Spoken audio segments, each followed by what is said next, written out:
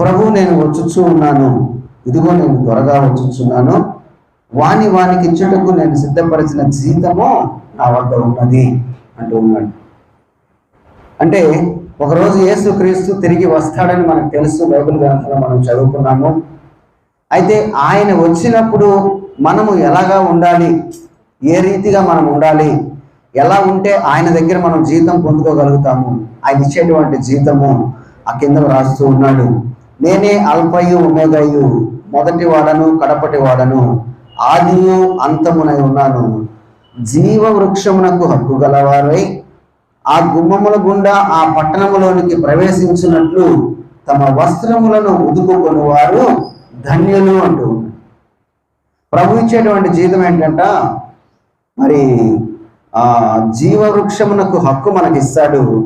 ఆ యొక్క గుమ్మముల గుండా పట్టణములో ప్రవేశించడానికి మనకి హక్కును కలిగిస్తాడు.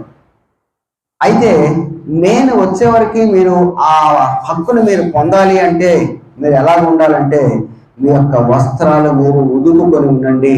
ఎవరైతే బట్టలు ఉతుక్కొని ఉంటారో వారు ధన్యులు అంటూ ఉన్నారు. ఇక్కడ మనం చూసినట్లయితే యెహోవా గుమ్మము అనేటువంటి మాటని ఇక్కడ మనం చూస్తాం. గుమ్మముల గుండా పట్టణములో ప్రవేశించేటువంటి వారు ఏంటి ఆ గుమ్మం అని మనం చూసినట్లయితే కీర్తన గ్రంథము 118వ కీర్తన 20వ వచనంలో ఆ మాటను మనం చూసినట్లయితే 118వ కీర్తన 20వ వచనంలో ఒక మాటను మనం చూద్దాము. ఇది యెహోవా గుమ్మము, నీతిమంతులు దీనిలో ప్రవేశించెదరు అంటూ ఉన్నాడు. అంటే యెహోవా గుమ్మము అంటే పరలోక పట్టణం, పరలోక పట్టణానికి ఉండేటువంటి ద్వారం. మనం ఒక ఇంట్లోకి వెళ్ళాలంటే ఒక ద్వారం ద్వారా మనం వెళ్ళాలి, ఒక గుమ్మం ద్వారానే మనము వెళ్ళగలం. అలాగే యెహోవా గుమ్మము అంటే పరలోక పట్టణంలోనికి ప్రవేశించడానికి ఉన్నటువంటి ద్వారం గురించి ఇక్కడ మాట్లాడుతూ ఉన్నాడు. ఆ పరలోక పట్టణంలో ఎవరు ప్రవేశిస్తారు అంటే దాంట్లో నీతిమంతులు మాత్రమే ప్రవేశిస్తారని వ్రాయబడి ఉన్నది. ఇంకా ఇక్కడ ఇందాక మన మాట చదువుకున్నటువంటి మాట, ఎవరు ప్రవేశిస్తారు, ఎలా ప్రవేశిస్తారు, ఆ ప్రవేశించడానికి కావాల్సినటువంటి అర్హత ఏంటంటే తమ వస్త్రములు ఉదుకుకొని వారు ధన్యులు అంటున్నాడు. వస్త్రాలు అంటే ఏంటి? బట్టలు. బట్టల గురించి అందరికీ తెలుసు కదా. ఆది కాండంలో మొట్టమొదట ఆదాము నేను దిగంబరిగా ఉన్నానని అన్నప్పుడు దేవుడే చర్మపు వస్త్రాలను వారికి ఇచ్చాడు.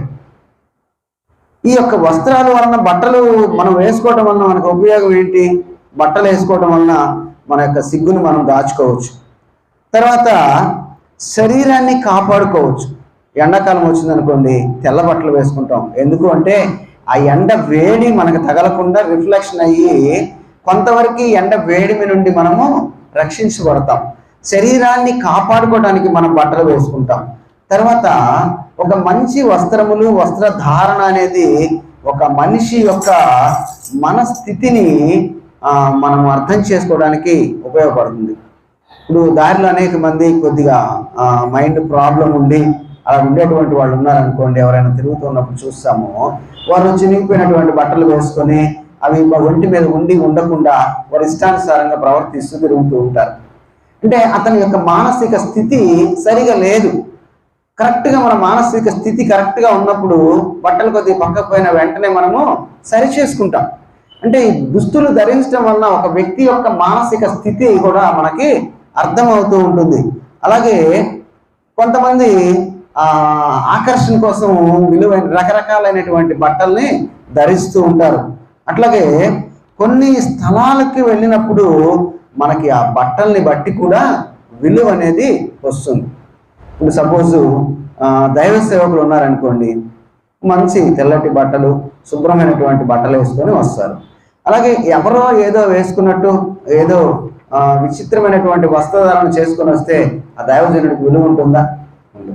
అంటే మనం వేసుకునేటువంటి బట్టలు, మన యొక్క వస్త్రధారణను బట్టి కూడా విలువ మనకు ఉంటుంది. వాడు ఎంత గొప్పవాడైనా కావచ్చు, ఎంత ధనవంతుడైనా కావచ్చు, ఈ మధ్యకాలంలో అందరూ చినిగిపోయిన ప్యాంట్లు, బెజ్జాలు పడినటువంటి చొక్కాలు వేసుకొని తిరుగుతూ ఉన్నారు. వాళ్ళని చూసినప్పుడు ఏమనుకుంటాం? మామూలుగా మన ప్యాంటు చొక్కా కొనుక్కుంటే, ఒక రకమైన కొనుక్కుంటే జత 1000 రూపాయలకు మనకు వస్తాయి షాప్లో. చినిగిపోయిన ప్యాంటు కొనుక్కుంటే ప్యాంటు 3000 అంట, చినిగిపోయిన ప్యాంటు 3000 అంట.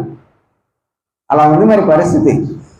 ఇప్పుడు ఆ బట్టలు చూసినప్పుడు మనకి ఏమనుకుంటాం, వీడికి ఏమైనా పిచ్చా ఏంది అంత డబ్బులు పెట్టుకొని చినిగిపోయిన బట్టలు వేసుకుంటున్నాడు అంటాం. అది వాడికి ఫ్యాషను. మనం ఏం చేస్తాము, అయితే కొన్ని కొన్ని సమయాల్లో కొన్ని నిబంధనలను బట్టి కూడా మనం బట్టలు ధరించవలసి వస్తూ ఉంటుంది.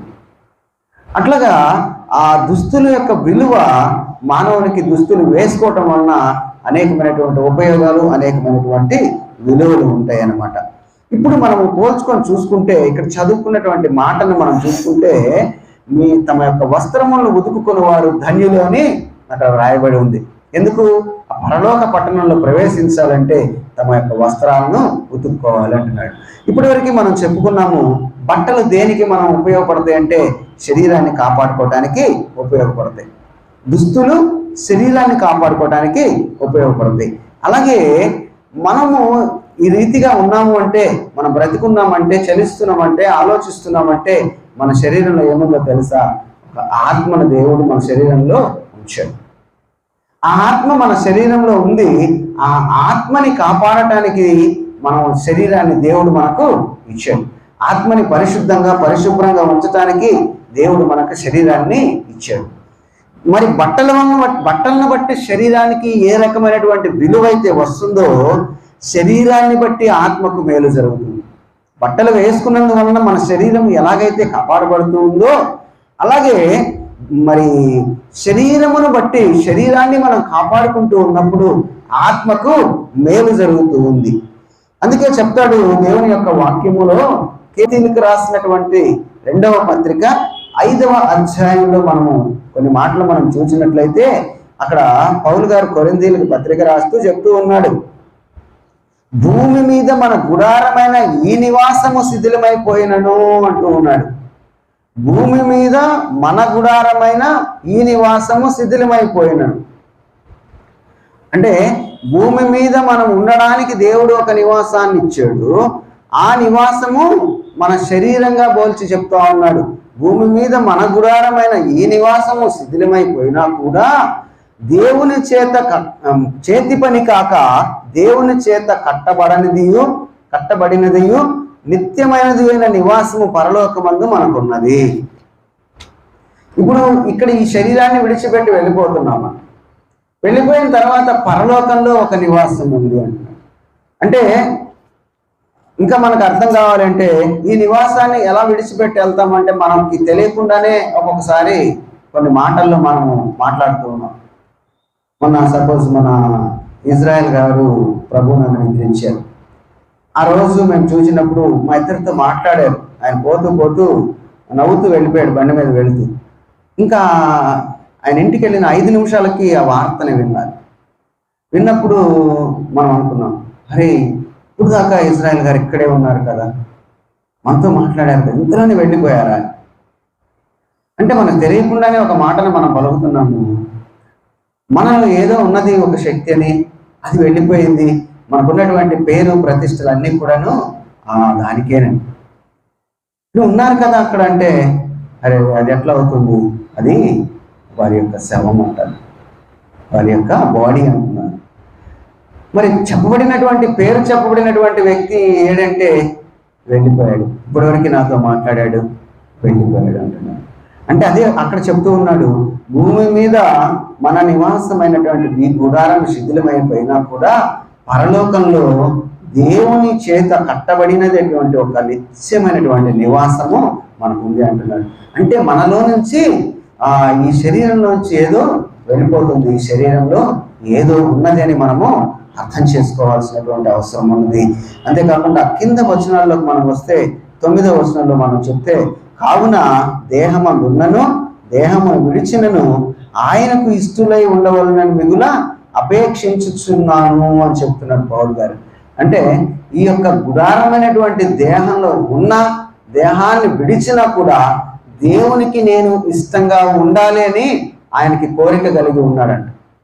అంటే మనకి అర్థం చేసుకోవాలి, దేహం అనేది కాదు, పైకి కనిపించేటువంటి రూపం కాదు, లోపల ఏదో ఉన్నది అనేటువంటిది మనము ఆలోచన చేయవలసినటువంటి మాట అన్నది. పేతురు రాసినటువంటి 2వ పత్రిక 1వ అధ్యాయము 13-14 వచనాల్లో కూడా చూసినట్టయితే అక్కడ కూడా కొన్ని మాటలను మనం గమనించగలం. మరియు మన ప్రభు అయిన యేసుక్రీస్తు నాకు సూచించిన ప్రకారము నా గుడారమును త్వరగా విడిచిపెట్టవలసి వచ్చునని ఎరిగి నేను ఈ గుడారములో ఉన్నంత కాలము ఈ సంగతులను జ్ఞాపకం చేసి మిమ్మల్ని రేపుట న్యాయమని ఎంచుచూ ఉన్నాను అన్నాడు. అంటే ఆయనకు కూడా అర్థమవుతుంది, నేను ఈ గుడారాన్ని ఒకరోజు త్వరగా నేను విడిచిపెట్టవలసినటువంటి వారు. అంటే ఇంతవరకు భక్తులు చెప్పినటువంటి మాటలను బట్టి మనం చూసినట్లయితే మనలో ఉన్నటువంటిది ఒకరోజు గుడారాన్ని విడిచిపెట్టేటువంటి పరిస్థితి ఏర్పడతా ఉంది. ఏంటి మనలో ఏమున్నది అని మనం ఆలోచిస్తే హెస్కేల్ గ్రంథంలో దేవుడు రాయిస్తూ ఒక మాట చెప్తున్నాడు. 3వ అధ్యాయము 19వ వచనంలో ఒక మాటను మనం చూద్దాం. అయితే నీవు దుర్మార్గుని హెచ్చరిక చేయగా అతడు తన దుర్మార్గత నుండి దుష్క్రియల నుండి మరవని ఎడల అతడు తన దోషమును బట్టి మరణమును కానీ నీవు తప్పించుకుందువు. అంటే ఆ బ్రాకెట్లో చెప్తున్నాడు ఆత్మ అంటున్నాడు. ఒక వ్యక్తిని మనం హెచ్చరించినప్పుడు తప్పించుకునేది ఏంటో తెలుసా? పరలోకానికి వెళ్ళటానికి, నరకం నుంచి తప్పించుకునేది ఏంటో తెలుసా? మనలో ఉన్నటువంటి ఆత్మ తప్పించుకుంటుందంట. అదే 21వ వచనంలో కూడా చెప్తూ ఉన్నాడు, నీ మటుకు నీవు తప్పించుకుందు అంటే బ్రాకెట్లో ఆత్మ అంటూ ఉన్నాడు. ఒక వ్యక్తికి వాక్యం చెప్పి తనని మార్చినప్పుడు, తన శరీర క్రియల ద్వారా మంచి పనులు తను చేసినప్పుడు తను తప్పించుకునేది ఏంటో తెలుసా? శరీరం కాదు, శరీరం ఇక్కడే ఉంటుంది, మన కళ్ళెదురుగానే ఉంటుంది, దాన్ని మనమే మట్టి చేస్తున్నాం. మనలో ఉన్నటువంటి ఆత్మ నరకం నుంచి తప్పించుకుంటుంది. అంటే ఇప్పుడు మనలో ఏమున్నది? పౌలు గారు కానీ పేతురు గారు కానీ దేని గురించి హెచ్చరించారు అంటే, ఈ శరీరమైనటువంటి గుడారాన్ని నేను ఒకరోజు విడిచిపెట్టి వెళ్ళిపోతాను అంటే ఎవరు చెప్తున్నారు? ఆత్మ మాట్లాడుతూ ఉంది. నేను ఒకరోజు దీన్ని విడిచిపెట్టి నేను వెళ్ళిపోతాను అని అంటూ ఉంది. అయితే కొరింథీయులకు రాసినటువంటి 2వ పత్రిక 5వ అధ్యాయము 10వ వచనంలో మనం చూస్తే, ఇందాక మనం చదువుకున్నాం, ఒక మంచి బట్టలు వేసుకున్నప్పుడు ఒక వ్యక్తికి ఎలాంటి విలువ అయితే వస్తుందో అలాగే లోపల ఉన్నకి ఆత్మకి విలువ రావాలంటే శరీరానికి సంబంధించిందై ఉండాలి. అంటే ఈ యొక్క శరీరంలో, ఈ గుడారంలో ఆత్మ నివసిస్తూ ఉన్నది కాబట్టి ఆత్మకి విలువ రావాలంటే, ఆత్మకి మేలు కలగాలంటే శరీరము ఏం చేయాలో మనం ఇప్పుడు చూద్దాం. కొరింథీయులకు రాసినటువంటి 2వ పత్రిక 5వ అధ్యాయము 10వ వచనంలో మనం చూసినట్లయితే, తాను జరిగించిన క్రియల చొప్పున అవి మంచివైనను సరే చెడ్డవైనను సరే దేహముతో జరిగించిన వాటి ఫలమును ప్రతి వాడు పొందునట్లు మనం అందరము క్రీస్తు న్యాయ పీఠము ఎదుట ప్రత్యక్షము కావాలి. మనం ఇప్పటివరకు మనం ఏం ఆలోచించామో, పౌలు గారు చెప్పినటువంటి మాట కానీ పేతురు గారు చెప్పినటువంటి మాట కానీ, ఈ గుడారాన్ని నేను విడిచిపెట్టాలి అంటుంటే ఏమని లోపల ఒక ఆత్మ ఉన్నదని, ఆ ఆత్మ తనను విడిచిపెడుతుందని, ఈ ఆత్మ ఉంటేనే మనకి పేరు కానీ విలువ కానీ అని మనం మాట్లాడుకున్నాం. ఈ ఆత్మ మనల్ని విడిచిపెట్టేటప్పటికీ మరి మన శరీర క్రియలతో చేసినటువంటి ప్రతి పనిని బట్టి, చెడ్డవైనా సరే అవి మంచివైనా సరే, ఈ దేహంతో జరిగించినటువంటి ప్రతి క్రియను బట్టి యేసుక్రీస్తు వారు ప్రత్యక్షమైనప్పుడు ఆయన న్యాయపీఠం ఎదురుగా మనము నిలబడవలసినటువంటి పరిస్థితి వస్తుంది. ఇందాక మనం ప్రకటన గ్రంథంలో చదువుకున్నాం, ఇదిగో నేను త్వరగా వచ్చుచున్నాను అంటున్నాను. అన్నాడు. ఈ శరీరంతో ఎన్ని పనులు మనము చేస్తాం.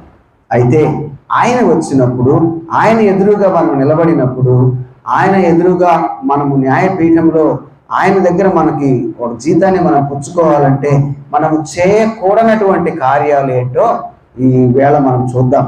గలతీయులకు రాసినటువంటి పత్రిక 5వ అధ్యాయము 19వ వచనంలో మనం అక్కడ చూసినట్లయితే, శరీర కార్యములు స్పష్టమై ఉన్నవి. శరీరముతో మనము జరిగించేటువంటి చెడ్డ పనులు ఏంటో అక్కడ రాస్తున్నాడు. శరీరంతో ఏ ఏ పనులను మనము, చెడ్డ పనులను మానవులుగా మనం చేస్తామో వాటిని అక్కడ రాస్తున్నాడు. అంటే వాటిని చదువుకున్నప్పుడు మనము వాటిని విన్నప్పుడు అవి మనము చేయకూడదు, ఇలా చేస్తే మరి ఆ యొక్క యెహోవా గుమ్మములో మనకి స్థానం లేదు, మనం ఆ గుమ్మంలో ప్రవేశించలేము అంటూ ఉన్నాడు. ఇక్కడ ఏమేమి రాస్తున్నాడంటే, మొట్టమొదటిగా శరీర కార్యములు స్పష్టమై ఉన్నవి.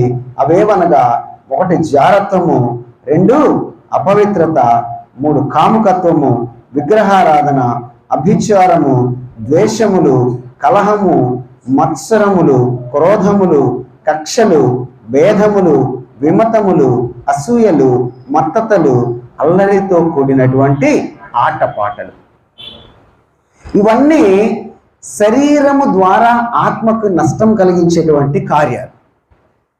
దేహముతో జరిగించినటువంటి ప్రతి కార్యమును బట్టి క్రీస్తు న్యాయపీఠం దగ్గర మనం నిలబడినప్పుడు ఆయన ఇచ్చేటువంటి జీతాన్ని మనం పుచ్చుకుంటున్నామంటే, క్రీస్తు న్యాయపీఠము దగ్గర మన ఆత్మకు విలువ కావాలి అంటే, ఒక మంచి బట్టలు ధరించినటువంటి శరీరానికి బయటకు వెళ్ళినప్పుడు ఎలాంటి విలువను ఇస్తున్నారో, అలాగే ఆత్మను ధరించినటువంటి శరీరమునకు ఒక మంచి కార్యాలు ఉన్నప్పుడు క్రీస్తు న్యాయపీఠము ఎదురుగా ఆత్మకు మంచి విలువ అనేది వస్తుంది. ఒక మంచి బహుమానాన్ని ఆ ప్రభువు దగ్గర మనం ఒక మంచి విలువని మనము పొందుకోగలుగుతాము. మొట్టమొదటిగా మనం చూసినట్లయితే అక్కడ జారత్వం అనేటువంటి రాసి ఉన్నది. జారత్వం అంటే ఈ లోకంలో వ్యభిచారం గురించి రాస్తూ ఉన్నాడు. అనుకోవచ్చు, నా శరీరానికి నేను నష్టం కలిగించుకుంటున్నాను, ఎవరికి వచ్చేటువంటి నష్టం ఏంటి అని. కానీ అక్కడ చెప్తున్నటువంటి మాట ఏంటంటే, శరీరముతో జరిగించినటువంటి ప్రతిక్రియను బట్టి కూడా క్రీస్తు న్యాయపీఠం ఎదురుగా మనం నిలబడాలి. నేను తాగుతున్నాను, నేను సిగరెట్ తాగుతున్నాను, నా శరీరానికే కదా నష్టము అంటే దాని వలన వచ్చేటువంటి పర్యవసానం ఏంటో తెలుసా? శరీరంతో జరిగించేటువంటి ప్రతి క్రియని బట్టి మానసికంగా కూడా మార్పు వస్తుంది. మానసికంగా మార్పు వచ్చినప్పుడు ఒక మంచి దానిపైన దృష్టి ఎప్పటికీ కూడా పెట్టలేరు, దాంట్లోనే ఉండిపోతారు. మొట్టమొదటిగా జారత్వం గురించి మాట్లాడుతున్నాడు. రెండవది అపవిత్రత, వివాహం కాకుండా చేసేటువంటి చెడ్డ పనులు, యవ్వన కాలంలో చేసేటువంటి చెడ్డ పనులను గురించి మాట్లాడుతూ ఉన్నాడు. మూడవది కాముకత్వము, ఇతరుల దగ్గర కామాన్ని ప్రేరేపించేటువంటి గుణ లక్షణాల గురించి మాట్లాడుతూ ఉన్నాడు. కొంతమంది ఉంటారు, ఒక్కొక్కరిని ప్రేరేపించడానికి రకరకాలైనటువంటి టెక్నికల్ని ఉపయోగిస్తూ ఉంటారు. మనం ఇంకా వాటిని పాత నిబంధనలోకి వెళ్తే మనం చూడగలం. ప్రసంగి గ్రంథంలో కానీ వాటిని సామెతల గ్రంథంలో కానీ మనము వాటిని చూడగలము. నాలుగవదిగా చూసినట్లయితే విగ్రహారాధన. దేవునికి అసలు అయిష్టమైనటువంటిదే విగ్రహారాధన. దేవునికి ఏ రూపం కూడా లేదు. కానీ మనము మనసులో దేన్నో పెట్టుకొని దీన్ని దేవుడు అని పూజించడం అనేది దేవునికి ఇష్టం అనేది కానే కాదు. అది ఏదైనా కావచ్చు. ఒక విగ్రహం అనే నేను మాట్లాడటం లేదు. అది మన మనసులో దేవుని కంటే ఇష్టమైనది ఏదైతే ఉన్నదో, అది డబ్బులా, బంగారమా, స్థలమా, ఏదో మనకి మన మనస్సులో ఏదైతే దేవుని కంటే ఎక్కువగా దాన్ని పెట్టుకొని మనము ఆరాధన చేస్తున్నామో, దాని గురించి ఆలోచన చేస్తున్నామో, దేవునికి అది అయిష్టమైనదంట. దాన్ని దేవుడు విగ్రహారాధనతో చెప్తా ఉన్నాడు. ఐదవదిగా చూసినట్లయితే అభిచారము. అభిచారం అంటే మంత్ర విద్యలకు సంబంధించినటువంటి కార్యక్రమాలు. మంత్ర విద్యలు ఒక మంత్రగాడిగా తను చేసేటువంటివి, దేవుడు చెప్పనటువంటివి కూడా తను చెప్పి ఏదో నేను వాటికి సరిచేస్తాను, వాటికి పరిష్కారం నేను చేయగలను అని చెప్పేటువంటి వారిని లోకంలో చాలా మందిని మనం చూస్తూ ఉంటాం. రోజు పక్క బజార్లో నేను ఉండేది, ఒక అతను ఏదో అడుక్కుంటూ వచ్చాడు. వచ్చి నేను అక్కడ బయట నిలబడి ఉన్నాను, మీ ఇంటి మీద ఒక శక్తి ఆవరించింది, నేను దాన్ని తీసేస్తాను, నాకు కొంత ఖర్చు అయ్యిద్ది అన్నాడు. శక్తి అంటే ఏంది, ఏం శక్తి ఆవరించిందన్న? మరి మీ పితరుల యొక్క ఆత్మలు మీ మీద ఆవరించి ఉన్నాయి అన్నాడు. ఇదేంటి అసలు, ఎలా చెప్తున్నాడు, ఎందుకు చెప్తున్నాడు అని అంటూ నేను, అయ్యా మాకు వద్దులే అవన్నీ, నీ పన్ను చూసుకొని చెప్పి పంపించేశాను. వెనక్కి తిరగగానే మా అమ్మగారి ఫోటో ఉంది అక్కడ, చనిపోయినటువంటి ఫోటో ఉంది. వాడు ఆ ఫోటోని చూసి చెప్తున్నాడు, అంటే ఎవరో చనిపోయారు వీళ్ళ ఇంట్లో, మొత్తానికి ఏదో చెప్తే వాళ్ళు పడిపోతారు. అలాంటివి అనమాట. అలాంటి కార్యక్రమాలు మనం చేయకూడదు. అలాంటి వాళ్ళే ప్రభు ఎందుకు చెప్పాడో మరి ఆ రోజు, ఈరోజు అలాంటి మంత్రగాళ్ళే క్రైస్తవ్యంలో కూడా తయారయ్యారు. అది చేస్తాం, ఇది చేస్తాం, మా దగ్గరికి రండి, మేము అవి ఇస్తాం, ఇవి ఇస్తాం, అవి ఇస్తే తగ్గుతాయి, ఇవి ఇస్తే తగ్గుతాయి అని క్రైస్తవ్యంలో కూడా అలాంటి మంత్రగాళ్ళు తయారయ్యారు. అది దేవుని దృష్టికి నేరం. ఎవరికైనా ఏదైనా సమస్య ఉన్నప్పుడు మనము వారి దగ్గరికి వెళ్ళి వారి గురించి ప్రార్థన చేసినప్పుడు, వారు కూడా దేవుణ్ణి ప్రార్థించినప్పుడు, వారి విశ్వాసాన్ని బట్టి, మన ప్రార్థనని బట్టి దేవుడు వారికి వారి జీవితంలో కార్యాన్ని జరిగిస్తారు. ఎవరో చేస్తే ఏమి జరగవు. మనకంటే గొప్ప వాళ్ళు ఎవరు ఈ లోకంలో లేరు. నేనేదో వచ్చి ఇక్కడికి వచ్చి 4 మాటలు చెప్తున్నానంటే నేను మీకంటే గొప్పవాడిని నేనేమి కాదు. ఇక్కడ మాట్లాడగలిగేటువంటి శక్తిని దేవుడు నాకు ఇచ్చాడు. ఆ దేవుడు పలికించినటువంటి 4 మాటల మీ దగ్గర నేను మాట్లాడగలుగుతూ ఉన్నాను. మీరు ప్రార్థన చేస్తే గొప్ప గొప్ప కార్యాలు మీ జీవితంలో ఇంతవరకు ఎన్నో చూసుంటారు మీరు. దేవుని కంటే అసాధ్యమైన ఏది కూడా లేనే లేదు. కాబట్టి అభిచారం అనేటువంటి దాని జోలికి మీరు వెళ్ళొద్దు, ఇలాంటి మంత్ర విద్యల జోలికి మీరు వెళ్ళొద్దని దేవుడు చెప్తూ ఉన్నాడు. తర్వాత కలహాలంటే తెలుసు కదా, గొడవలు. ఒకళ్ళకొకళ్ళకి సంబంధం లేకుండా గొడవలు పెట్టుకుంటారు, ఊరకొరకనే గొడవలు పెట్టుకుంటారు. మనకి ఐక్యత అనేది లేకుండా గొడవల్లో ఉంటే దేవునికి ఇష్టం కానే కాదు. అందుకే చెప్తాడు దేవుడు గ్రంథంలో రాయిస్తూ, సహోదరులు ఐక్యత కలిగి ఉండుట మేలు, అది ఎంతో మనోహరం అంటున్నాడు. మనం ఐక్యత లేనటువంటి మనము దేవునితోటి సమాధానంగా ఎలా ఉండగలము? ఎప్పుడు గొడవల్లో ఉండేటువంటి ఒక వ్యక్తి దేవునితోటి మాట్లాడాలి, ప్రార్థన చేయాలి, దేవుని సన్నిధిలో కొద్ది నిమిషాలు కూర్చోవాలంటే కూర్చోగలడా? మనసులో అవే గుర్తొస్తూ ఉంటాయి, ఆ గొడవలే గుర్తొస్తూ ఉంటాయి. కాబట్టి కలహాలకు దూరంగా ఉండమని చెప్తా ఉన్నాడు దేవుడు. మత్సరము అంటే ఒక వ్యక్తిని గురించి ఈర్ష్య పడకూడదు. ఒక వ్యక్తిని గురించి ఈర్ష్య పడకూడదు. ప్రభు అదే చెప్తాడు క్రొత్త నిబంధనలో, ఎవరైనా ఒక వ్యక్తిని గురించి మీరు ఈర్ష్య పడకూడదు. కానీ ఒక వ్యక్తి తను ఏదైనా ఒక కార్యం చేసినప్పుడు తనని ఇంకా గొప్పగా చెప్పాలి. ఆ వ్యక్తిని గురించినటువంటి మాటలు ఇంకా గొప్పగా చెప్పాలి. మీరు బాగా చేశారు, తప్పు చేస్తే ఖండించాలి. చెప్పినటువంటి మాటల్లో దోషం లేనప్పుడు అతన్ని ఎంకరేజ్ చేసేటువంటి వారంగా ఉండాలి. కానీ నాకంటే ఇతను బాగా చేస్తున్నాడే, నాకంటే ఇతను బాగా పాడుతున్నాడే, నాకంటే బాగా ప్రార్థన చేస్తున్నాడు, నాకంటే నడిపిస్తున్నాడు అనేటువంటి ఈర్ష్యని మనము లోపల పెట్టుకోకూడదు. మనము ఒకరిని ఎంకరేజ్ చేసి వాళ్ళని అభివృద్ధి పరిచేటువంటి పరిస్థితుల్లోనే మనం ఉండాలి. కానీ ఒకళ్ళ మీద ఈర్ష్య అనేది మనము పెట్టుకోకూడదండి. అలాగే క్రోధము అంటే కోపం అనేది సహజంగా మనిషికి వస్తుంది. కానీ ఆ కోపం అనేది నిలిచి ఉండకూడదు. సందర్భానుసారంగా దాన్ని మనం దేవుడిని బట్టి తీసివేసుకునేటువంటి వారంగా ఉండాలి. ఒక వ్యక్తి ఎప్పుడు కోపంగా చెరచెరలాడుతూ ఉన్నారనుకోండి, ఆ వ్యక్తిని పలకరించడానికి కూడా మనం భయపడతాము. అలా కోపంగా ఉండేటువంటి వ్యక్తి దేవునికి ఇష్టంగా ఎలా ఉండగలడు? ఒకరోజు ఒకప్పుడు నేను మొట్టమొదటిలో ఒక చర్చికి వెళ్ళేటప్పుడు ఒక దైవజనుడు వాక్యం చెప్తా ఉన్నాడు. మైకులో ఏదో కొద్దిగా తేడా వచ్చిందండి. కొద్దిగా తేడా వచ్చినప్పుడు సరిచేయని చిన్నగా చెప్పాలి. ఆ మైక్ తీసుకొని అట్టే కొట్టేశాడు, ఇస్త్రీ కొట్టేశాడు నేలకేసి. మైక్ అంతా సొట్టపోయింది. నేనే సౌండ్ సిస్టమ్ దగ్గర కూర్చొని నేనే సరి చేస్తా ఉన్నా. మైక్ తీసుకొని అటువైపుకి నేలకేసి కొట్టేశాడు. చూడండి, వాక్యం చెప్తున్నాడు ఒక పక్క, ఎంత కోపం వచ్చిందో చూడండి. నిజంగా మనం చెప్పేటువంటి వాక్యంలో విలువ ఉంటే నీ మైక్తో నీకేం సంబంధం?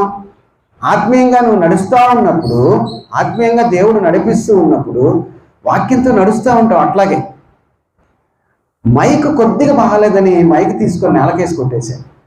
అలాంటి అంత కోపాలు అనేవి మనకి ఉండకూడదు. తర్వాత కక్షలు, ఒకళ్ళ మీద ఒకళ్ళకి కక్షలు. ఎందుకో అంత ఒక రకమైనటువంటి కక్షల్ని మానవులుగా మనం పెంచుకుంటూ ఉంటాం. అలాంటి కక్షలుగా ఉన్నప్పుడు దేవుడు ఇష్టపడినటువంటి మాటలు అవి శరీరానికి సంబంధించినటువంటి కార్యము, దానివల్ల ఆత్మకు చేటు జరుగుతుంది, కానీ మంచి ఎప్పటికీ కూడాను జరగదు. అనవసరంగా కక్షలు ఎప్పుడెప్పుడో గుర్తు చేసుకొని కక్షలు పెంచుకుంటూ ఉంటాం. ఒక వ్యక్తి మీద కక్ష మనం పెంచుకున్నప్పుడు అది మన సొంత తమ్ముడైనా కావచ్చు, అన్నైనా కావచ్చు, పక్కన ఉన్నటువంటి ఇంటి వారైనా కావచ్చు, సహోదరుడైనా కావచ్చు, వారితో కక్ష పెంచుకున్నప్పుడు వారితోనే సమాధానంగా లేనటువంటి మనము దేవునితోటి సమాధానంగా ఎలా ఉండగలం? దేవుని మందిరానికి వెళుతున్నటువంటి నీవు నీ సహోదరునితో ఏదైనా ద్వేషం ఉన్నాయనలా ముందు మందిరానికి వెళ్ళే పని కూడా మానుకొని అతనితో సమాధానపడి మందిరానికి వెళ్ళి ఆరాధన చేయమని దేవుని యొక్క వాక్యం చెప్తా ఉంది. అంటే మనము ఒకళ్ళ మీద కక్షతోటి ఉన్నప్పుడు దేవుడు కూడా మనలను ఇష్టపడడు అంటున్నాడు. తర్వాత భేదములు. సంఘం ఉందనుకోండి, సంఘంలో భేదాలు కల్పిస్తూ ఉంటారు. సంఘంలో భేదాలు, అరే వాళ్ళు మనవాళ్ళు రా, మనమంతా ఒక గ్రూపు, మనకి ఆ పాస్టర్ని మనం పెట్టుకుందాం, మనం ఒక గ్రూపుగా మనము ఉందాం. అరే వాళ్ళు మన వాళ్ళు కాదే, వాళ్ళకి ఎందుకు అంత స్థాయి మీరు ఇస్తున్నారు అనేటువంటి భేదాలు కల్పించేటువంటి వాళ్ళు కూడా దేవునికి ఇష్టము. ఎందుకంటే దేవుడు లోకమును ఎంతో ప్రేమించి ఆయన కుమారుణ్ణి అందరి కోసం ఇచ్చాడు. మనం ప్రత్యేకంగా ఎవరికో నీ కోసమో నా కోసమో ఒక గ్రూప్ కోసమో ఒక కులం కోసమో దేవుడు ఇవ్వలేదు. దేవుడు అందరినీ ప్రేమించి ఆయన కుమారుణ్ణి బలిగా మన అందరి కోసం ఇచ్చాడు. ఎందుకంటే ఆయన భేదాలు ఎక్కడ చూడలేదు, అందరూ కూడా ఆయన పిల్లలం కాబట్టి ఆయన మన కోసం ఇచ్చాడు. అందరూ రక్షించబడాలి, అందరూ పరలోకం రావాలని ఆయన కోరిక, ఆయన యొక్క ఆశ ఉన్నది. కాబట్టి ఆయన భేదాలు అనేవి చూడట్లేదు. తర్వాత 12వదిగా మనం చూసినట్లయితే విమతములు అంటూ ఉన్నారు. అంటే మన యొక్క సొంత ధర్మాన్ని విడిచిపెట్టి, మనకున్నటువంటి ధర్మాన్ని మనం విడిచిపెట్టి యేసుక్రీస్తు ఏదైతే బైబిల్లో చెప్పాడో ఈ రీతిగా మీరు ఉండండి అని ఏ మాట అయితే చెప్పాడో, ఏ వాక్యాలైతే మనకి ఇచ్చాడో, ఏ ధర్మాన్ని అయితే మనల్ని పాటించమన్నాడో ఆ ధర్మాన్ని విడిచిపెట్టి మనము క్రొత్త రకాలు కొన్ని కల్పిస్తూ ఉంటారు. యేసుక్రీస్తు వారు ఆ రోజు వాక్యం చెప్తూ ఉన్నప్పుడు ఆ కాలంలో కూడా పరిసయ్యులు అనేటువంటి వాళ్ళు, సద్దూకలు అనేటువంటి వాళ్ళు ఉండేటువంటి వాళ్ళు. కొంతమంది అంటారు పరలోకం పునరుద్ధానం ఉన్నది, తిరిగి లేస్తాము చనిపోయిన తర్వాత అంటారు, తిరిగి లేము అంటారు. వాళ్ళ ధర్మానికి వాళ్ళు కట్టుబడుతూ ఉంటారు. అదంటే వాళ్ళు సొంతంగా ఏర్పాటు చేసుకున్నటువంటి ధర్మము. అలాగే దేవుడు మనకి క్రైస్తవ్యంలో కూడా దేవుని వాక్యంలో కొన్ని ధర్మాలు ఇచ్చాడు, కొన్ని నియమాలు ఇచ్చాడు, కొన్ని నిబంధనలు ఇచ్చాడు. ఏ నిబంధన అయితే దేవుడు ఇచ్చాడో ఆ నిబంధనను మనం పాటించాలి. కానీ మనం సొంతంగా ఏర్పాటు చేసుకొని బైబిల్కి వ్యతిరేకంగా, మనం దేవుని వాక్యానికి వ్యతిరేకంగా జీవించకూడదు. అలాగా జీవించేటువంటి వాళ్ళు దేవునికి ఇష్టమైనటువంటి వాళ్ళు కాదు. అది శరీరానికి సంబంధించినటువంటి కార్యం అని చెప్తా ఉన్నాడు. తర్వాత అలాగే అసూయలు, ఒక వ్యక్తి అంటే ఇష్టం ఉండదు, అసూయ పడుతూ ఉంటాము, అలాంటిది ఇష్టం ఉండదు అంటున్నాడు. తర్వాత మత్తతల గురించి మాట్లాడుతున్నాడు. మత్తత అంటే తాగుబోత్తనం, మత్తు, ఒక శరీరాన్ని మత్తు కలిగించుకోవడం. అంటే మత్తు ఎలా కలుగుతుంది? ఈరోజు రకరకాలుగా చేస్తున్నారు. మందు తాగుతున్నారు, గంజాయి తాగుతున్నారు, హెరాయిన్ తాగుతున్నారు. ఏమి దొరకకపోతే పిల్లలు ఏం చేస్తున్నారో తెలుసా? ఈరోజు చెప్పులకు రాసేటువంటి సొల్యూషన్ కూడా పీల్చుకుంటా ఉన్నారు. తర్వాత పేపర్ల మీద కొట్టేసేటువంటి ఒక లిక్విడ్ తీసుకొచ్చి ఒక గుడ్డలో వేసుకుని దాన్ని పీల్చుకుంటూ ఉన్నారు. ఎందుకంటే మత్తు కావాలి. మత్తులో ఉన్నటువంటి ఒక వ్యక్తి ఏం చేస్తాడో కూడా తెలియదు. ఏదో తన ఆనందంలో కొంతసేపు తను తేలిపోతూ ఉంటాడు, కానీ తను ఏం చేస్తున్నాడో కూడా అర్థం కాదు. నిన్న మా ఇంటి దగ్గర కూర్చొని నేను చూస్తున్నాను. ముగ్గురు యవ్వనస్తులు ఫుల్లుగా తాగి వచ్చారు. పడుతూ ఉన్నారు. ఎలాగైనా కానీ ఒక వ్యక్తికి బాగా ఎక్కువైపోయింది. అటు నుంచి తిరిగి ఇటే రావాలనుకుంటా బహుశా. మొత్తానికి మా ఇంటి దగ్గర నుంచి వస్తున్నారు, ఇంద్రనగర్ ఫస్ట్ లైన్లో నుంచి. పడిపోతున్నాడు, చివరికి వెళ్ళిపోయి కాలువ దగ్గర పడిపోయాడు. ఇద్దరు వ్యక్తులు తీసుకెళ్ళడానికి ప్రయత్నం చేస్తున్నారు ఆ అబ్బాయిని. వాళ్ళు తాగున్నారు, కానీ వాళ్ళకి అరివి కావట్లేదు. చివరికి వచ్చి ఇటే పల్లెలోకి వచ్చి వాళ్ళ భార్యను తీసుకొని వచ్చారు. చిన్నవాళ్ళు, యవ్వనస్తులంతా. ఆ అమ్మాయి ఎంత బాధపడతా ఆయన్ని బతిమలాడుకొని భుజాన్ని చేసుకుని ఆ ఇద్దరు కలిసి మరలా బండెక్కించుకొని చిన్నగా కొద్ది దూరం తీసుకెళ్తే, దిగిపోండి మీరు బండి అని చెప్పేసి బండి తను తీసుకొని స్పీడ్గా తిప్పుకుంటూ లోపలికి వచ్చేసాడు. మరి పడ్డాడో ఇంటికి చేరాడో లేదో నాకైతే తెలియదు, కానీ మత్తులో ఉన్నప్పుడు ఏం చేస్తామో కూడా మనకు తెలియకుండానే మనము పాపం చేస్తాం, మన శరీరాన్ని నాశనం చేసుకుంటాం. ఈరోజు యవనస్తులందరూ కూడా ఎందుకు చిన్న వాళ్ళుగా 20 సంవత్సరాలు 25 సంవత్సరాలకి చనిపోతూ ఉన్నారంటే ఆ మత్తు వలన తాగి లోపలటువంటి అవయవాలన్నీ కూడాను చెడిపోయి యవ్వన కాలంలో చనిపోయి కుటుంబాలని, భార్యలను, బిడ్డలను, తల్లిదండ్రులను అన్యాయం చేసి వెళ్తా ఉన్నాం. ఒక్కసారి ఆ మత్తులోకి మనం వెళ్ళేటప్పుడు వెనక ఉన్నటువంటి తల్లిదండ్రుల్ని, కుటుంబాన్ని, మన బిడ్డల్ని జ్ఞాపకం చేసుకుంటే ఆ పని మనం చేయగలమా? కానీ దేవుడు దాన్ని ఇష్టమైన కార్యంగా పరిగణించలేదు. నీ శరీరాన్ని నువ్వు అపవిత్రపరుచుకుంటున్నావేమో, కానీ ఈ శరీరాన్ని నేను దేనికి ఇచ్చానో తెలుసా? ఆత్మకు మేలు కలగడానికి, శరీరంతో మంచి కార్యాలు చేయడానికి నేను ఈ లోకంలో నీకు మంచి శరీరాన్ని ఇచ్చాను. అనేక మంది లోకంలోకి రావాలని ప్రయత్నం చేస్తారు, కానీ కొద్ది మంది మాత్రమే లోకంలోకి వస్తున్నారు. వచ్చినటువంటి వాళ్ళు సజీవులుగా ఉంటూ ఉన్నారంటే, ఇంతవరకు దేవుడు మనకి ఆయుష్ ఇచ్చి మనల్ని నడిపిస్తూ ఉన్నారంటే, మన ఇష్టానుసారంగా తిని తాగి సుఖించి శరీరాన్ని నాశనం చేసుకొని చావటానికి కాదు. దేవుడు పిలిచినప్పుడు, సమయం వచ్చినప్పుడు అంతవరకు దేవుడు మనకు అప్పగించినటువంటి పని శరీరంతో చేసి మనం వెళ్ళవలసినటువంటి వాళ్ళమై ఉన్నాం. మత్తు అనేది దేవునికి ఇష్టమైనటువంటి కార్యం కానే కాదు. తర్వాత అల్లరితో కూడినటువంటి ఆటపాటలు. దయ్యం ఎవరిని కూడాను ఊరుకోదు. ఈరోజు అనేకమైనటువంటి మందిరాల్లో యవ్వనస్తులైనటువంటి పిల్లల్ని స్టేజి మీదకి పిలిచి డ్యాన్సుల రూపంతో ఎగిరిస్తూ ఉన్నారు. అల్లరితో కూడినటువంటి ఆటపాటలు. అదేమంటే దావీదును చూపిస్తారు, దావీదు నాట్యం చేయలేదా అంటారు. దావీదు నాట్యం చేయడానికి ఎవరినైనా ఒక ఇన్స్ట్రక్టర్ని పెట్టుకొని నేర్చుకొని మంచి బట్టలు వేసుకొని చేశాడు దావీదు నాట్యం. దావీదు పారవశ్యంతో దేవుని మందసాన్ని తీసుకొస్తూ ఉన్నప్పుడు తను ఎలా నాట్యం చేశాడో పారవశ్యంతో నాట్యం చేశాడు. తను నేర్చుకొని చేయలేదు తనేమి. ఈరోజు మన పిల్లలకు ఒక ట్యూటర్ని పెట్టి డ్యాన్సులు నేర్పించి రకరకాలైనటువంటి బట్టలు కొనిపించి స్టేజీ మీద క్రైస్తవ పాటలకు డ్యాన్సులు వేయిస్తున్నారు. అందరితో కూడినటువంటి ఆటపాటలుగా దేవుడు వాటిని చెప్తా ఉన్నాడు. యవ్వనస్తురాలైనటువంటి బిడ్డను స్టేజీ మీద ఎగిరిస్తూ ఉంటే ఎన్ని కళ్ళు వాళ్ళని చూస్తూ ఉంటాయి. ఎంత భయంకరమైనటువంటి పరిస్థితి ఇచ్చింది. చిన్న పిల్లలు ఏదో వేశారంటే, కానీ అది దేవునికి ఇష్టమైనటువంటి కార్యం కాదంట. ఈ కార్యములన్నిటి వలన ఒకరోజు మనము తీర్పులో నిలబడి రావాల్సి ఉన్నటువంటి పరిస్థితి ఏర్పడుతూ ఉంది. కొరింథీయులకు రాసినటువంటి 2వ పత్రిక 5వ అధ్యాయం 10వ వచనం ఇందాక మనం చదువుకున్నాం. ఎందుకనగా తాను జరిగించిన క్రియల చొప్పున అవి మంచివైన సరే చెడ్డవైన సరే దేహముతో జరిగించిన వాటి ఫలము ప్రతి వాడు పొందినట్లు మనమందరము కూడాను క్రీస్తు న్యాయపీఠం ఎదురుగా మనం నిలబడాలి. ఎందుకంటే ఒకరోజు మనలో ఉన్నటువంటి ఆత్మ ఈ దేహాన్ని విడిచిపెట్టి వెళ్ళవలసింది. అందరం కూడా ఎవరైనా చనిపోయినప్పుడు ఆ మాటని మనము ఎప్పుడు కూడాను వింటూ ఉంటాం. మొన్నైనది వెనకటి వల్లే మొన్నైపోవును, ఆత్మ తను దయచేసినటువంటి దేవుని దగ్గరికి పోవును. అంటే మన శరీరంలో ఒక ఆత్మ ఉన్నది. ఆ ఆత్మను కాపాడవలసినటువంటి బాధ్యత మన శరీరం పైన ఉంది. ఆ శరీరం ద్వారా ఆత్మకు విలువ వస్తుంది, ఆత్మకు మేలు కలుగుతుంది. రోమపత్రిక 6వ అధ్యాయం 12వ వచనంలో కూడా చెప్తున్నాడు, శరీర దురాశలకు లోబడినట్లుగా చావునకు లోనైన మీ శరీరమందు పాపమును ఏలనీయకుడి, మరియు మీ అవయవములు దుర్నీతి సాధనములుగా పాపమునకు అప్పగించబాకండి. పాపమునకు అప్పగించబాకండి, శరీర అవయవాలను పాపానికి అప్పగించబాకండి అంటుంది.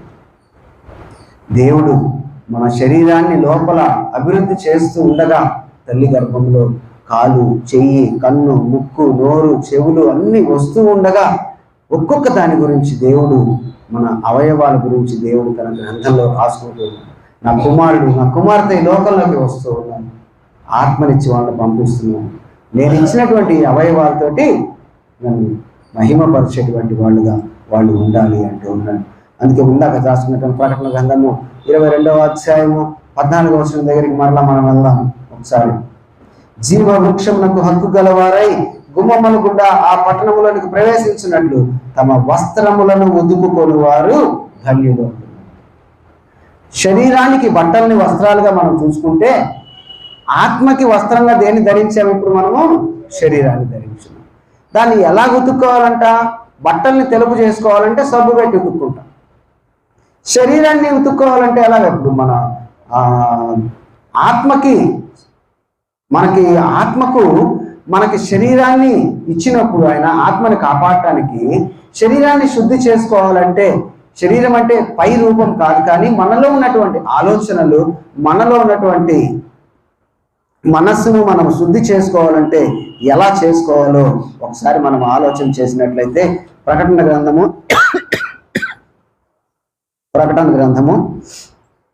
7వ అధ్యాయము 14వ వచనంలో ఒక మాటను మనం చూద్దాం. ఒకడు తెల్లని వస్త్రములు ధరించుకొని ఉన్న వీరెవరు, ఎక్కడ నుండి వచ్చిన వారిని నన్ను అడిగాను. అందుకు నేను, అయ్యా నీకే తెలియననగా అతడు ఇలాగ నాతో చెప్పెను, వీరు మహాశ్రమల నుండి వచ్చిన వారు గొర్రెపిల్ల రక్తములో తమ వస్త్రములను ఉదుపుకొని తెలుపు చేసుకున్నటువంటి వారు అంటున్నాడు. గొర్రెపిల్ల రక్తములో తమ వస్త్రములు ఉదుక్కొని తెలుపు చేసుకున్నారు. అంటే పరలోకంలో యోహానుకి కనిపించేటువంటి దర్శనంలో అక్కడ ఉన్నటువంటి కొంతమందిని చూసి అడుగుతున్నాడు, ఎవరయ్యా వీళ్ళు, ఎక్కడి నుంచి వచ్చారు, ఇక్కడ ఎందుకున్నారు అంటే, వీళ్ళు మహాశ్రమంలో నుంచి వీళ్ళు వచ్చారు. వీరు గొర్రెపిల్ల రక్తములో తమ వస్త్రములు ఉదుకుకొని తెలుపు చేసుకున్నారు. ఇంకా మనకి వివరంగా కావాలి అంటే ఆ ఒక్క మాట చూస్తే ఇందాక నుంచి మనం చెప్పుకున్నంత కూడా అర్థమైపోద్ది. యావేలు గ్రంథం ఒకసారి చూద్దాము. యావేలు గ్రంథము 2వ అధ్యాయము 13వ వచనంలో ఒకసారి మనం చూద్దాం. యావేలు గ్రంథము 2వ అధ్యాయము 13వ వచనంలో 2వ అధ్యాయము 13వ వచనంలో చదువుతున్నాను ఒక మాట. మీ దేవుడైన యెహోవా కరుణా వాత్సల్యములు గలవాడును, శాంతమూర్తియు, అత్యంత కృపగలవాడై ఉండి తాను ఉద్దేశించిన కీడును చేయక పశ్చాత్తాపడు. కనుక మీ వస్త్రములను కాక మీ హృదయములను చింపుకొని ఆయన తొట్టు తిరుగుడి. అంటే ఏంటి? వస్త్రాలంటే ఏమైంది? ఇప్పుడు మనం బట్టలు చింపుకొని తిరగటం కాదు, ఆయన వైపు మీ యొక్క హృదయములను చింపుకొనడి అంటున్నాడు. అంటే ఇక్కడ మనం శుద్ధి చేసుకోవాల్సింది ఏంటి? కడుక్కోవాల్సింది ఏంటి? మన యొక్క హృదయాన్ని. శారీరకంగా బట్టల్ని మనము శుద్ధి చేసుకుంటే ఆత్మకు మేలు కలగాలంటే ఏం చేయాలి? మన హృదయాన్ని చింపుకోవాలి, హృదయాన్ని శుద్ధి చేసుకోవాలి అంటున్నాడు. గొర్రెపిల్ల యొక్క రక్తములో మీ యొక్క బట్టలు ఉతుక్కోండి అంటే, వస్త్రములు ఉతుక్కోండి అంటే మన హృదయాలను, మన బ్రతుకులను మనం ఏం చేయాలి? క్రీస్తు రక్తంలో మనం ఉతుక్కోవాలి. ఎవరు ఆ గొర్రెపిల్ల?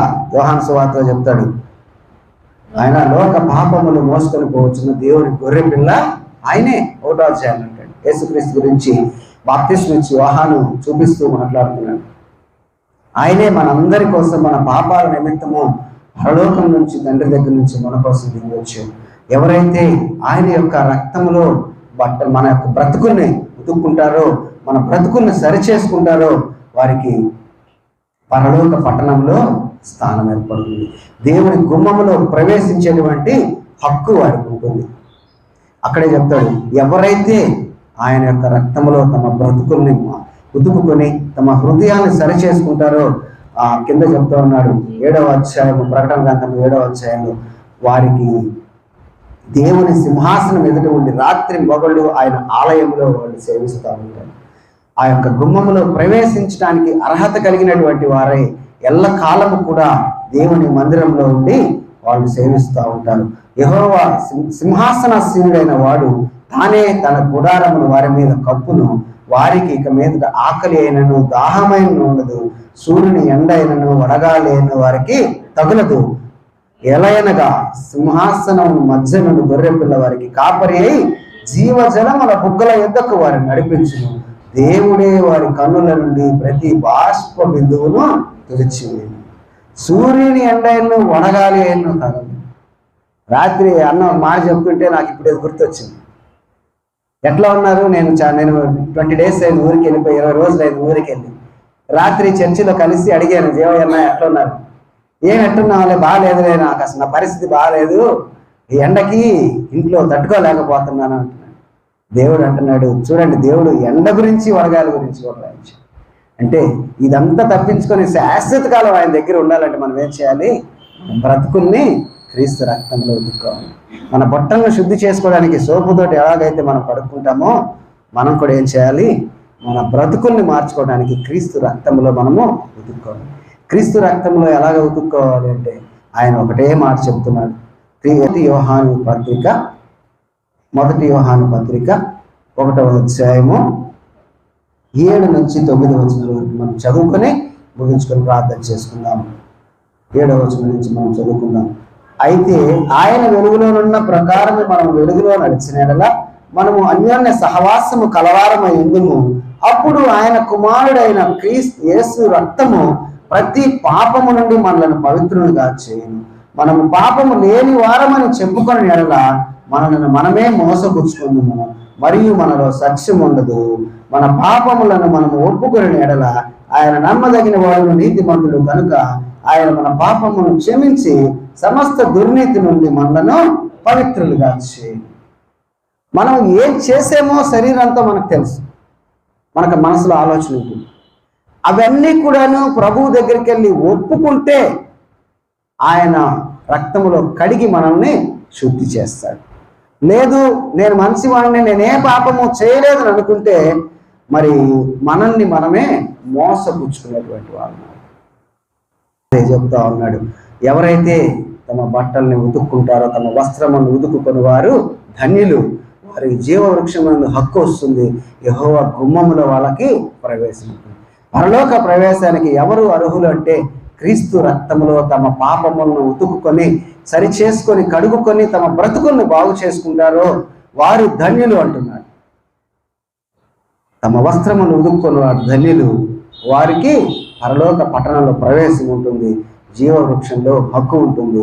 అక్కడ ఉన్నటువంటి వారికి ఏ బాధ, ఏ కష్టము, ఏ దుఃఖము, ఏ ఎండ వేడి, ఏ చలిగాలి ఏది కూడా ఉండదు. ఆకలి ఉండదు, నిద్ర ఉండదు. సంతోషంగా దేవుని స్తుతిస్తూ ఎప్పుడు కూడా దేవుని సన్నిధిలో ఆనందించేటువంటి భాగ్యం దొరుకుతూ ఉంది. అలాంటి భాగ్యం మనకి కావాలి అంటే మంచి బట్టలు మనం వేసుకుందాం, మన బ్రతుకులను కూడా క్రీస్తు రక్తంలో ఉతుక్కొని సరి చేసుకుందాము, దేవునికి ఇష్టలుగా జీవిద్దాము. క్రీస్తు న్యాయపీఠం ఎదుట నిలబడినప్పుడు ఆయన ఇచ్చేటువంటి ఆ గొప్ప జీతాన్ని మనం పుచ్చుకుందాం. కలకాలం యుగయుగాలు సంతోషంగా ఉందాము.